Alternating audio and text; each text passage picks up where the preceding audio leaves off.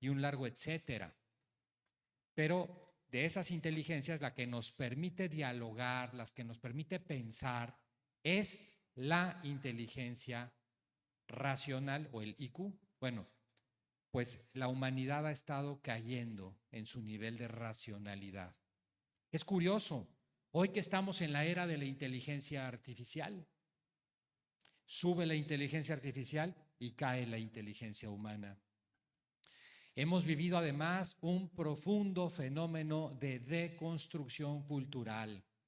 Miren, en 30 años ha cambiado más la humanidad de lo que cambió 600 o 700 años antes. Muchos de los valores que a Occidente le costó construir más de 2000 años, entre ellos el de la familia, han tenido cambios de percepción, cambios de ver cómo se deben de interpretar de manera dramática en solo 30 años. Estamos además en el periodo de mayor nivel de adicciones a nivel global.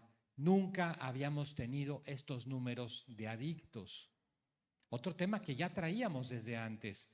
Y cuando hablo de adicciones, hablo por supuesto de drogas, de alcohol, etcétera, pero también hablo de otras adicciones que son más sutiles, que entran en las personas sin que nos demos cuenta. Por ejemplo, la adicción digital, que está mostrado que una persona adicta digital tiene los mismos síntomas que una persona que consume drogas. Cuando les ponen electrodos en el cerebro, un like en las redes sociales, por eso se ha usado mucho la política ahora de quitar los deditos en las redes sociales, tiene el mismo impacto en las sustancias que segrega el cerebro propias de la drogadicción. En el año 2021 se hizo una encuesta en Alemania y el 20% de los jóvenes adictos digitales. ¿Y qué quiere decir adicto digital? Adicto digital quiere decir que si al muchacho le quitas el celular, le da síndrome de abstinencia. Quiere decir que si empiezan a ver videos de TikTok a las 5 o 6 de la tarde, es la 1 de la mañana y no han soltado los videos de TikTok. Que baja el rendimiento académico, que empiezan a tener problemas de depresión y ansiedad.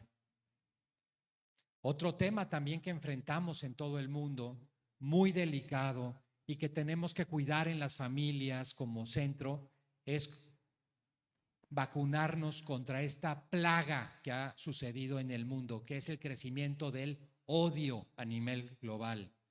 El odio, esta pasión tan poco estudiada, tan profunda y tan dañina. Solamente por darles algunos números, en países como Estados Unidos, los crímenes de odio, los que cometen las personas contra por ser quienes son, aumentaron en 4 años más del 50%. En España, en 6 años, los crímenes de odio aumentaron nada más 1200%. El odio es algo que se está instalando sin que nos demos cuenta en nuestros corazones, en nuestras mentes. Está empezando a destruir los sistemas políticos y sociales. Recientemente se han hecho estudios del odio desde el punto de vista neurológico. ¿Qué le pasa a una persona que odia? ¿Qué le pasa en el cerebro a quien odia? Y lo que se ha encontrado es que la persona que odia, primero que nada, tiene un sentimiento tan fuerte como el enamoramiento. Otra cosa que se ha descubierto es que la persona que odia, a diferencia de quien está enamorado, se da cuenta perfectamente de lo que está haciendo. Una persona enamorada no ve los defectos de quien está enamorado. En cambio, el odio es frío y es calculador. Otra cosa que nos hemos dado cuenta es que el odio, a diferencia de otras pasiones del ser humano, es contagioso. El nivel de odio, ayer tuvimos un evento en Estados Unidos, el nivel de odio en el mundo ha crecido de una manera increíble. De forma silenciosa se ha apoderado de nuestras palabras, de nuestra manera de pensar. Y la única vacuna, una de las vacunas más fuertes contra esto, está en el ambiente familiar. Y otra de las cosas que nos ha ocurrido con todo esto es quizás el tema que se hablaba de él como un castigo desde la antigüedad. Una sociedad que tiene todos estos fenómenos al mismo tiempo con la fuerza que están pasando, es una sociedad que empieza a estar confundida, que ya no sabe a dónde va. Bueno, pues estos fenómenos ya nos venían ocurriendo, ya venían sobre el mundo de una manera bastante fuerte, cuando por ahí de finales de septiembre del año 2019 empezamos a escuchar una noticia en los medios de comunicación. Ha aparecido un nuevo virus, un virus de la familia Corona, en la ciudad de Wuhan, en China. Pero siendo de la familia Corona, es de una masa 10 veces más grande que el virus de la influenza, más contagioso, más letal. Y claro que nos preocupamos. Yo en esa época estaba, como decían, como rector de la universidad, y es una noticia que ves con preocupación. Pero les voy a ser muy honesto. En septiembre, octubre del año 2019, no alcanzábamos a ver la gravedad de este tema. No lo veíamos tan grave. ¿Por qué? Pues porque ya habíamos visto la gripe aviar a mediados de los años 90 en China. Ya habíamos visto el H1N1 en México en el año 2009. Ya los que habíamos visto las Olimpiadas de Beijing del año 2008 y tomaban tomas de las calles de esa ciudad, veíamos a la gente con cubrebocas y no solo era por un tema de contaminación. Pero conforme pasaron los meses, noviembre, diciembre del 2019, las cosas empezaron a ponerse de manera distinta. Esto empezó a ser de una alerta amarilla y naranja una alerta absolutamente roja, al grado de que el 11 de marzo del año 2020, fecha que queda para la historia, el señor Tedros Adhanom hacía la declaración de que estábamos frente a una pandemia. La primera vez que la Organización Mundial de la Salud en su historia hace una declaración pandémica. Pues claro, todas las alarmas del mundo se prendieron. Nos fuimos al confinamiento. Eso lo hemos vivido todos los que estamos aquí. Una enfermedad extraña que en un solo año pasó por todas las posibles clasificaciones de enfermedad que tiene la Organización Mundial de la Salud. Pasamos de una epidemia en enero, con eso llegamos en la ciudad de Wuhan, a ser declarada pandemia el 11 de marzo. ¿Cuál es la diferencia? Epidemia es una enfermedad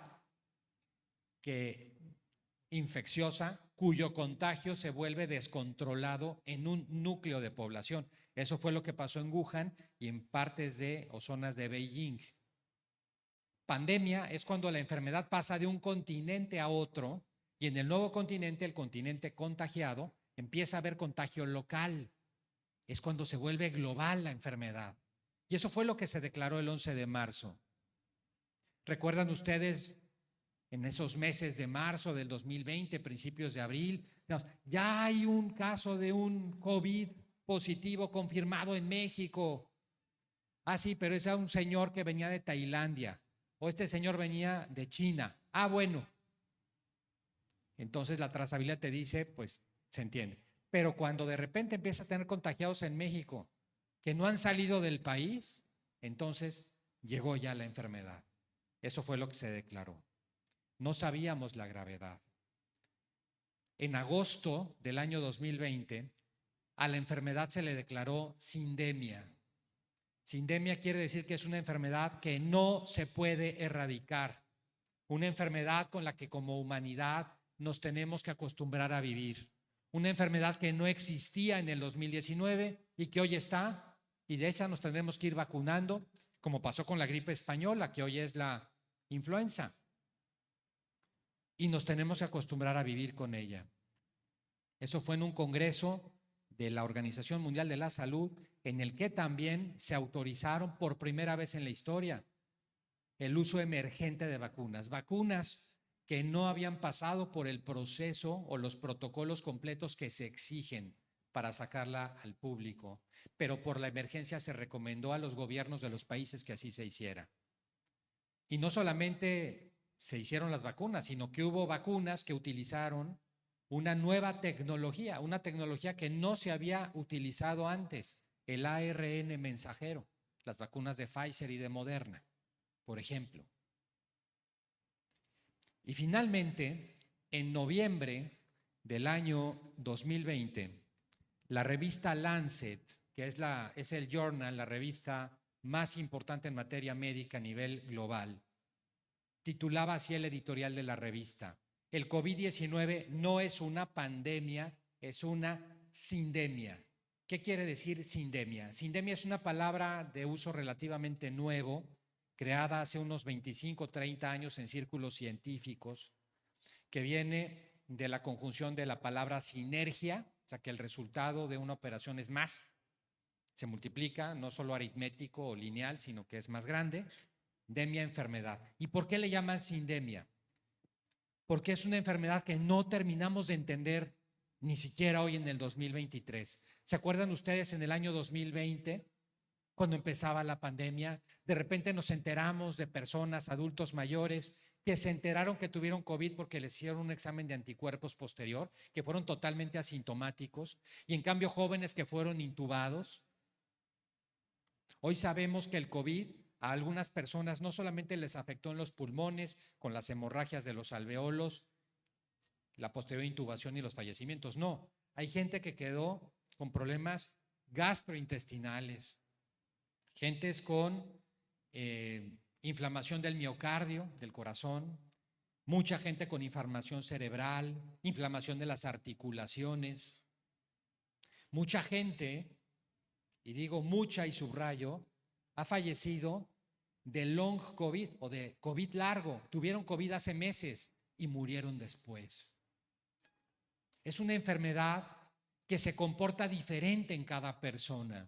No es como otras enfermedades en que los síntomas son similares, con sus variaciones, pero más o menos cuando a alguien le da influenza, le da sarampión, pues ya sabes cuáles son los síntomas. No, el COVID parece ser un virus que tiene una lectura genética distinta. Eso es lo que dice el artículo de Lancet. Llega y afecta distinto a las personas. Y eso es lo que la hace tan peligrosa. Eso es lo que hizo del COVID la peor crisis sanitaria en más de 100 años en el mundo. Una crisis sanitaria que fue de tal nivel que trajo consigo otras 3 grandes crisis. Una crisis económica a nivel global, una crisis de carácter educativo a nivel global y una crisis de carácter psicológico. En el caso de la economía, pues simplemente lo digo sin entrar en detalles.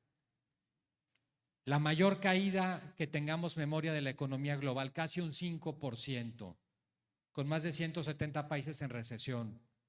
La caída de casi el 8,5% que tuvimos en México es la mayor caída de la economía que tengamos desde que tenemos historia documental de la economía. Punto. Lo que se rompió por primera vez en décadas no fue lo que se llama la demanda agregada, sino la oferta agregada. O sea, no es que las personas no puedan comprar productos o tener satisfacción. No, es que no hay productos que satisfagan.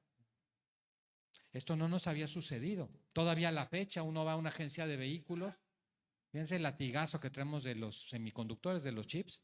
Te dicen, oye, pues este vehículo, pues dentro de un año, dentro de 8 meses, ¿verdad? Si lo quieres comprar, por poner un ejemplo. Pero eso ha pasado en muchos sectores. En muchos sectores. En África, porque aquí hablamos de semiconductores, en África hablábamos de alimentos. Se perdieron muchos alimentos con la pandemia. Otra crisis, la crisis educativa. En un informe dejo este dato nada más, porque en esta me voy a meter un poquito más adelante, pero en el año 2021 se publica una encuesta del INEGI. Ciclo escolar 2021, en plena pandemia.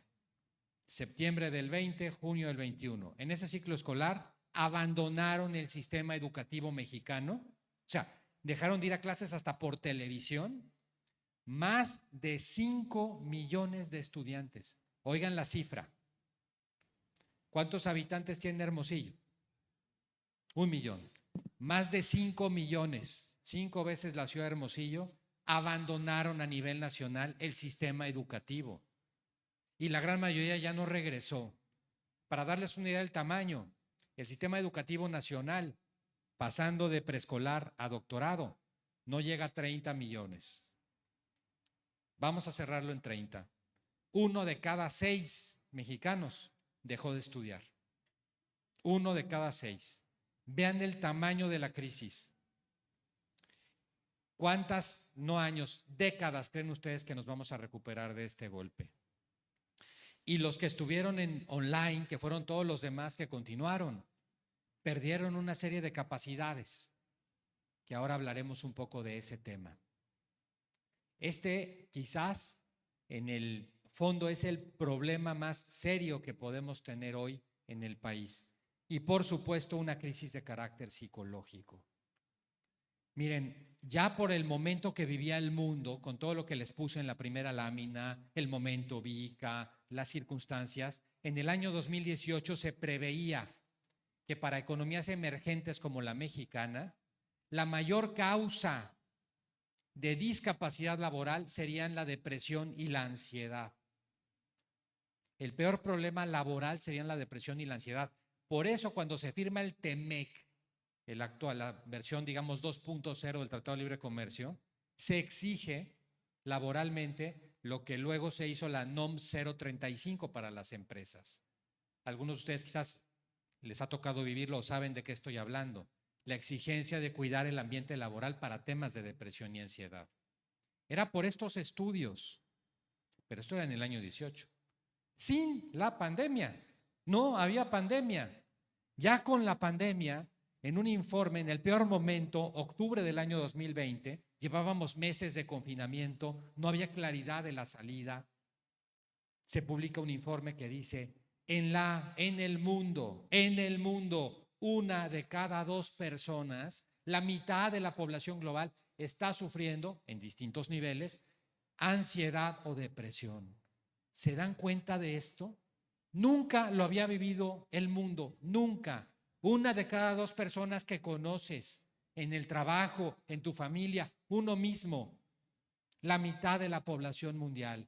La más profunda crisis desde el punto de vista de la depresión y ansiedad que recordemos en la historia de la humanidad. Punto. A ese nivel. Y de estas 4 grandes crisis, déjenme decirles una cosa. Las 2 primeras, la sanitaria y la económica, están medidas. Los datos, sobre todo en la sanitaria, son muy discutibles. Pero había aplicaciones en el celular, quizás algunos recuerden, en todos los países, diario, número de contagiados, número de vacunados, número de fallecidos. Y ahí le vamos siguiendo el paso diario. La economía no se diga, indicadores oportunos de tipo de cambio, inflación, índices de confianza al consumidor, al productor, crecimiento del PIB y un largo etcétera. Esas están ahí. Pero las 2 siguientes, la crisis educativa y la psicológica, casi no hay cifras. Son mucho más silenciosas. No las estamos trabajando. No les damos el seguimiento que necesitan. Y son mucho más profundas y de mucho más largo plazo para la humanidad. Pues fueron tales estas crisis que trajo la pandemia, a tal nivel que es como cuando llegó un meteorito y acaba, como se dice, con los dinosaurios, que le pegó a lo que ya traíamos al momento VICA, lo reconvirtió.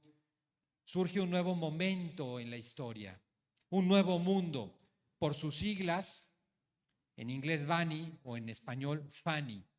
Empezamos a vivir, y ese es el momento actual, un momento de gran fragilidad. Hoy pensamos la vida de forma frágil, cosa que antes no pasaba. Todo el siglo XX y antes era el siglo del dominio. ¿Vieron muchos de aquí esta película que estuvo en la cartelera en verano, se llama Oppenheimer?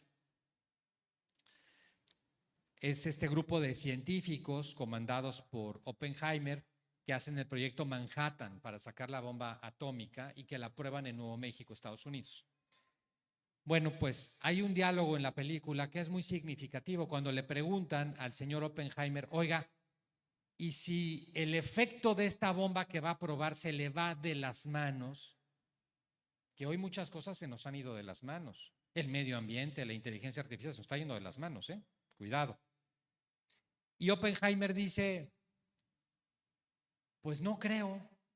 Mis cálculos matemáticos dicen que, oiga, pero ¿qué no podría esta bomba quizás quemar la atmósfera? Bueno, quemar la atmósfera es acabar con el mundo, acabar con la humanidad. ¿No podría quemar la atmósfera? Y Oppenheimer dice, ya lo revisamos y sí hay pues poquita, casi es insignificante la posibilidad matemática. Y así la prueban.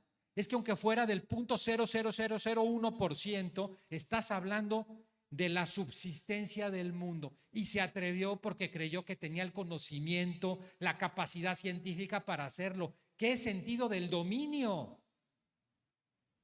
Eso hoy en muchos sectores de la población se ha acabado. Hoy nos sentimos frágiles, nos sentimos vulnerables.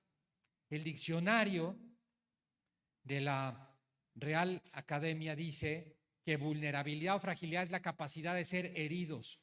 Hoy sentimos ese miedo de ser heridos. Un mundo de ansiedad, esa es la A de Fanny, porque hoy estamos en eso, como lo estaba comentando. La N es un poquito complicado, es un mundo que se llama no lineal. ¿Y por qué le dicen mundo no lineal? Porque es un mundo que no se comporta de manera lógica. No se comporta de manera lógica. Oye, porque un chinito se comió un murciélago en Wuhan, ahora estamos todo el mundo contra la pared. Suena poco lógico la causa y la consecuencia. Es un mundo que ha perdido mucho el sentido común. Nos hemos acostumbrado a vivir en el absurdo como la normalidad. Si yo aquí hace 10 años les hubiera dicho, oigan, vamos a hacer un ejercicio. ¿Ustedes qué países piensan que van a ser los países que más van a atacar la globalización? Que más van a atacar el libre mercado, que van a estar en contra. Y les dijera, ¿saben cuáles van a ser? El Reino Unido y Estados Unidos. ¿Qué me hubieran dicho? No, pues se ríen. Si son los que lo inventaron, es una risa total. Inglaterra, el Reino Unido, el Brexit. Les recuerdo que el principal socio comercial del Reino Unido es Europa. Estados Unidos, la guerra comercial con China y el muro en la frontera sur. Totalmente en contra de la globalización. Y les dijera, oigan, ¿y quién va a ser el país que más va a apoyar la globalización? Y les dijera, un país comunista, China, ¿qué me hubieran dicho? Pues nos reímos el doble. Es un mundo que sin que nos demos cuenta, decimos y hacemos cosas que hace 10 años eran para un programa de chistes, era absurdo. Y nos hemos acostumbrado a vivir en el absurdo. Eso es un mundo no lineal. Y una sociedad que pierde el sentido común es una sociedad que empieza a autodestruirse. El sentido común es fundamental para que las sociedades estén sanas. Una sociedad que pierde el sentido común es una sociedad decadente. Y estamos en ese proceso. Y un mundo además incomprensible, un mundo poco entendible. Y eso nos está llevando, entre otra cosa, a una nueva época, una época en la que nos están pasando muchas cosas. Nos hemos perdido el sentido común, estamos cambiando nuestra concepción de tiempo y de espacio, estamos modificando a través de lo digital nuestra forma de ver la realidad. Fíjense ustedes este dato. Es tanto el tiempo que pasamos frente a pantallas ya a nivel global, porque estamos viendo el celular, porque vemos la televisión, porque vemos, en fin, estamos en un Zoom. Es tanto el tiempo que en Estados Unidos ya tienen medido que más de la mitad de la población está perdiendo lo que se llama el umbral. Ya no saben distinguir qué pasa en el mundo digital y en la realidad. Ese es un cambio impresionante. Hemos cambiado el sentido de la vida, nuestro propósito de la vida, por emociones. Eso ha sucedido también a nivel global. Hemos relativizado el sentido de la vida y de la muerte como nunca. Ya usamos muy poco la palabra muerte, se nos adelantó. hemos tenido una mayor conciencia de vulnerabilidad. ¿Y todo esto qué está significando? Está significando el inicio de una nueva época en la historia. Las épocas en la historia no cambian porque haya más tecnología, porque tengamos más cosas. Cambian porque cambiamos las personas. Cambia nuestra manera de ver el mundo, cambian nuestros valores, cambia la manera de ver la trascendencia. Eso es lo que está pasando. Somos una generación de transición a un mundo que todavía hoy es territorio desconocido. Una nueva época que está trayendo consigo, entre otras cosas, muchos retos. Uno de ellos es la crisis en la educación. Yo solamente decirles que con la pandemia tenemos hoy una serie de retos y retrocesos en las facultades cognitivas. Por ejemplo, hoy la atención, que es fundamental para la reflexión, está en sus niveles más bajos desde nivel preescolar, primaria y secundaria. La memoria de corto plazo está en sus peores niveles. Si tú le preguntas hoy a un niño, a un adolescente, oye, ¿viste a este amigo? Te va a decir, sí, sí lo vi. Oye, ¿cuándo lo viste? Muchas veces no te va a saber decir el día en que lo vio. Oye, ¿y dónde lo viste? Y en muchas ocasiones, sorpréndanse, no les va a decir si fue un mensaje de Instagram, si fue por Zoom o si lo vio presencialmente. Retrocesos en facultades de socialización. Miren, hoy la soledad con la que estamos viviendo es de tal nivel que hay una crisis profunda a nivel mundial. En Estados Unidos, por ejemplo, se hizo un estudio el año 21, fue hace 2 años. La mayoría de la población de Estados Unidos declara que en los últimos 5 años no ha hecho un solo nuevo amigo. En España está creciendo a tasa de doble dígito los hogares unipersonales, en que vive una persona sola. El uso de las mascotas para paliar esa situación de la soledad se ha disparado en el mundo. Es un problema el de la soledad muy serio. Y en los niños y en los jóvenes, aunque vayan a la escuela, están solos. Ya no hay, están rotos muchos vínculos. Retrocesos en términos de ansiedad y depresión. Estamos en los peores momentos a nivel infantil, a nivel de adolescentes. Y por supuesto, retrocesos en la inteligencia emocional. ¿Qué es la inteligencia emocional? Les diría, es básicamente 2 cosas. La inteligencia emocional tiene que ver con saber entender nuestras propias emociones y saberlas canalizar y saber comprender las emociones de los demás. La inteligencia emocional, para tener éxito en la vida, es más importante que la inteligencia racional. La mayoría de los fracasos profesionales que tienen las personas es por un problema de inteligencia emocional. Por eso, este es un tema que hay que cuidar enormemente. Y por supuesto, con la pandemia hubo retroceso en las capacidades físicas, los niveles de obesidad infantil, los niveles de falta de condición, los niveles de diabetes, estamos en los récords que hemos tenido en la historia. Ahora, hay que decir una cosa muy cierta. Hemos visto la educación desde un enfoque muy limitado todos estos años. La educación todo el siglo XX y principios del XXI se ha pensado que es aprender cosas. Oye, ¿vas a la escuela qué? A aprender cosas. Bueno, eso está muy bien, pero ¿eso es toda la educación? Pues eso ha mostrado que es muy limitado. La verdadera educación es es una mesa de 4 patas. Y esas 4 patas tienen que estar presentes todo el tiempo para que la persona alcance una vida lograda. No solamente para que tenga éxito profesional, sino para que alcance una vida lograda. Lo que esperaríamos de nuestros niños y de nuestros jóvenes. Misión esencial de la familia, la educación de los hijos. Por eso yo insisto mucho en esto que les estoy poniendo ahora en la lámina. Hay que pensar cuando decidamos educar a nuestros hijos. Hay que pensar desde el sistema educativo. ¿Qué tanto estamos trabajando las 4 patas de la mesa? Una son los conocimientos, por supuesto. Y hay que decir que los conocimientos no solamente es aprender cosas, es aprender a razonar. Y eso se enseña poco a veces. Esa pata ahí tiene ese defectito. Pero es la más cuidada de las 4. Hay otra pata que son la formación de habilidades o de competencias. Oye, este niño no solamente es que sepa cosas, sino que sepa solucionar problemas, que estos conocimientos los ponga en práctica, que eso le sirva como herramienta en la vida. Esas son las competencias. Y las competencias hay que aprender a desarrollarlas. Luego está la formación de actitudes, central en la vida. Eso es la inteligencia emocional. Una persona, por más que sepa, por más que pueda arreglar problemas, si no tiene una actitud adecuada frente a la vida, está perdida.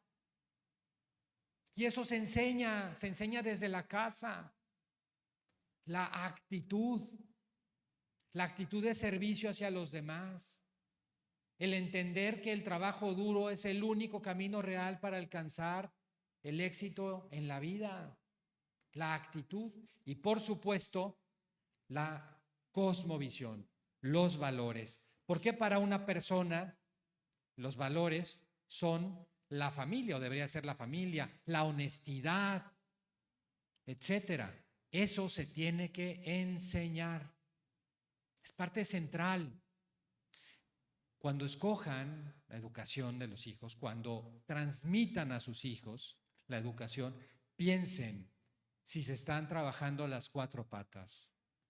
Si no los estamos llevando por la moda a modelos educativos que no necesariamente están cuidando la cosmovisión y los valores, o que no necesariamente están cuidando la inteligencia emocional.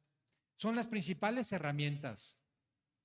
Claro que ayuda los idiomas, el inglés, claro que te ayudan las matemáticas, claro que eso ayuda, claro que ayuda la computación, el uso de herramientas tecnológicas, pero el inglés y las herramientas tecnológicas son externalidades, no van al centro de la persona.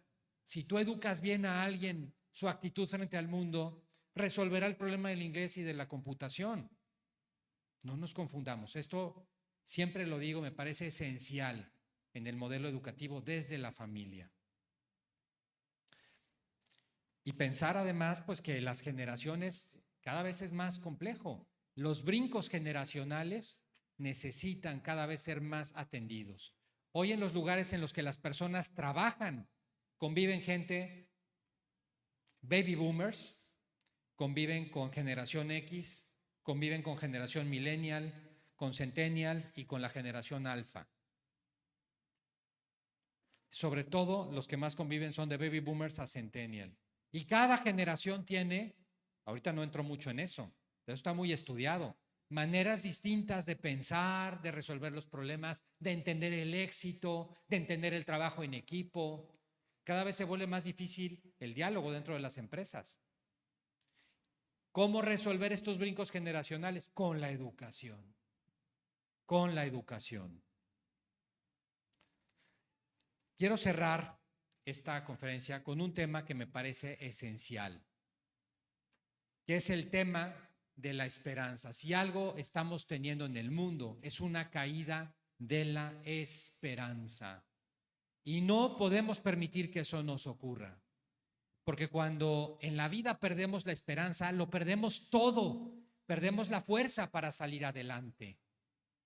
Es lo peor que le puede pasar al ser humano, a las personas. Esta frase yo la uso mucho, Robert Burton, un escritor británico del siglo XVII. La esperanza y la paciencia son 2 soberanos remedios para todo. Son los más seguros y los más blandos cojines sobre los cuales podemos reclinarnos frente a la adversidad. 2 virtudes tan necesarias y tan, hay que decirlo, ausentes en el momento actual.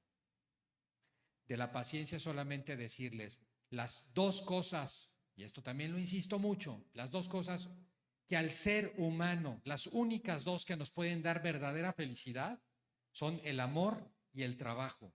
Y las 2 requieren de paciencia, no son de recompensa inmediata. Y sobre la esperanza, quiero dejarles para terminar 4 ideas útiles que creo que en este tiempo de lo que hemos hablado vale la pena y nos pueden ayudar a recordarlas muchas veces. Muchas veces nos pueden ayudar a tenerlas en la mente cuando estemos pasando un mal momento. Ideas que les dejo aquí con intención de que se lleven algo positivo de esta conferencia. La primera es un viejo adagio, un viejo refrán que, como todos los refranes de las abuelitas, es muy sabio, que dice: el momento más oscuro de la noche es justo antes del amanecer. ¿Qué cierto es esto? ¿Qué cierto es esto? ¿Cuántas veces cuando nos pasa una desgracia en la vida, cuando estamos pasando un mal momento, vemos eso como si fuera toda la vida? Pensamos y vemos la vida como si fuera una fotografía y se nos olvida que la vida es una película, que después de una escena sigue otra y que si nos preparamos bien y pasamos bien nuestro duelo en esta escena y nos preparamos, estaremos preparados para pasar a la siguiente escena, que quizás sea la escena más feliz y la mejor. Pero no, nos quedamos estacionados y nosotros mismos nos autosaboteamos la próxima escena porque nos quedamos con la parte negativa. Qué bien nos viene a recordar esto. El momento más oscuro de la noche es justo antes del amanecer. Otra cosa que hay que recordar: superar una adversidad incrementa nuestra capacidad de ser felices. Qué contradictorio parecería el ser humano, que muchas de las personas que tienen cicatrices de la vida son las más felices, y personas que aparentemente les ha ido muy bien viven deprimidonas, no plenas. Qué curioso, qué curioso. Qué curioso que la adversidad sea una compañera que nos ayuda a salir adelante. La adversidad hace de las personas, entre otras muchas cosas, mayor introspección interior, nos hace crecer hacia adentro. No sé si ustedes conocen el caso de este australiano, Niyic Vujicic. Niyic Vujicic es una persona que nació sin brazos ni piernas. De niño se quiso suicidar y hoy está casado, tiene familia, tiene hijos, y no solo eso, ¿saben a qué se dedica? Es un conferencista motivacional para jóvenes. Es impresionante. Cuando tú ves a un bultito, porque no tiene brazos ni piernas, y lo suben en un escritorio para que pueda ver al público, y les dice a los jóvenes: no me arrepiento de ser quien soy, no me cambiaría por nadie, soy plenamente feliz, porque gracias a lo que me pasó, hoy tengo la interpretación de la vida que tengo. Cómo la adversidad se puede convertir en esa gran compañía. Claro, los jóvenes ven eso y se quedan con los ojos de plato. Otra más: alcanzar la paz interior. ¿Cómo está la paz interior de cada uno? ¿Cómo estamos en temas de serenidad en la vida? En una ciudad media como Hermosillo, urbana, nos levantamos todos los días, vamos a trabajar, corremos, algunos van a hacer ejercicio, van a la oficina o van con la familia, regresan por la tarde, tienen otras actividades, se van a acostar. Y eso pasa el lunes, y pasa el martes, y pasa el miércoles, y llega el viernes, y llega el sábado, y hay compromiso social. Vivimos en una actividad frenética. Y mi pregunta es: ¿cuándo nos damos tiempo sin ruido? ¿Cuándo nos damos tiempo en silencio de pensar en dónde estamos en este momento de la vida? ¿Dónde estoy? ¿Es donde yo hubiera querido estar en este momento de la vida? ¿O no? Ni siquiera lo he pensado. ¿Llevo yo el control de mi vida? ¿La vida la voy llevando hacia donde yo quisiera? ¿O soy como una boya en el mar donde las olas me van moviendo hacia donde la circunstancia diga? ¿Hacia dónde estoy yendo? Y este tema es esencial. En la vida requerimos espacios de silencio, requerimos espacios y momentos de reflexión, requerimos enfrentarnos con nosotros mismos, vernos al espejo y comprendernos. Eso nos da ese espacio de silencio y serenidad que tanto necesitamos. Si no lo hemos hecho, sería muy importante plantearlo. Las personas, todas pueden hacer espacio de reflexión. Las personas que tienen fe, las personas que somos creyentes, eso se hace frente a Dios, frente a un ser superior y se llama oración. Pero es esencial hacerlo, porque si no, puede ser que tu vida la veas solo como espectador, que vivas al margen, que cuando pasen los años y voltees para atrás digas, ah, caray, ¿por qué no hice esto? ¿Por qué no hice esto? ¿Por qué dejé de hacer esto? ¿Saben ustedes que las personas que están tratando enfermos terminales, lo que siempre dicen, que es de lo que más se arrepiente una persona al final de su vida? No de las cosas malas que hizo, de lo que más se arrepiente es de lo que dejó de hacer. Esto es muy importante recordarlo siempre. Y finalmente, pensar que hay algo hermoso más allá, que la vida tiene un propósito, que nuestra vida debe tener un sentido. ¿Nos hemos preguntado alguna vez cuál es el propósito de mi vida? ¿Cuál es el sentido de mi vida? Si no lo tenemos, quiere decir que estamos viviendo con base en la emoción diaria. Y la emoción diaria, déjenme decirles que es totalmente volátil y cambiante. Una persona puede amanecer muy contenta y al rato estar enojada y al rato estar triste y regresar a estar contenta. En un solo día puedes tener 7, 8, 9, 10 emociones distintas. Y cuando son puras emociones, lo que te queda al final es un gran vacío. Un gran vacío. Viktor Frankl, ese psiquiatra austriaco judío que vivió en el tiempo de la Segunda Guerra Mundial, fue encerrado en un campo de concentración. Es el escritor de ese libro clásico que quizás muchos de aquí han visto o han leído, El hombre en busca de sentido. Cuando Viktor Frankl salió del campo de concentración y estaba vivo, oye, ¿sigo vivo? ¿Cómo fue posible si siendo trabajos forzados yo no era el más fuerte y muchos de mis compañeros fallecieron? ¿Cómo es posible que yo siga vivo si muchos que tenían una inteligencia mental y una fortaleza mental mayor que la mía, se suicidaron? ¿Cómo es posible? Ah, se contesta, es que yo quería volver a ver a mi esposa, que estaba en otro campo de concentración, a la cual, por cierto, nunca volvió a ver. Pero entonces él se dice a sí mismo, yo fui fuerte porque tenía algo por qué vivir. Y de ahí crea la escuela de la logoterapia en materia psicológica. Él toma una frase, que la toma de Nietzsche, una frase esencial que dice, quien tiene un porqué para vivir, casi siempre, dice Nietzsche, yo no sé si quitarle el casi, encontrará el cómo. Quien tiene un porqué para vivir, yo le pondría siempre encontrará el cómo.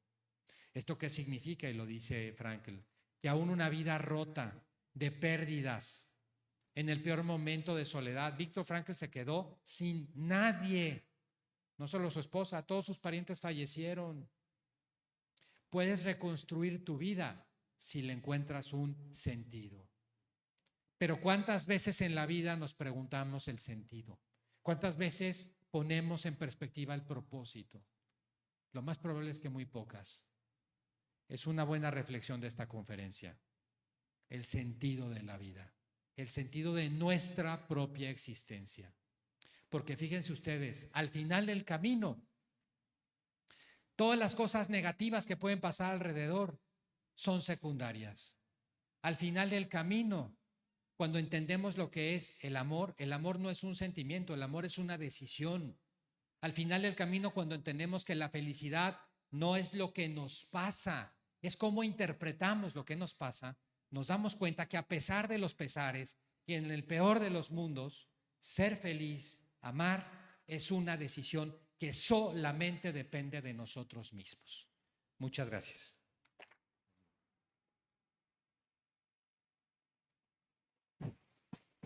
Damas y caballeros, doctor José Antonio Lozano Díez con el tema Niños que fuimos, padres que seremos.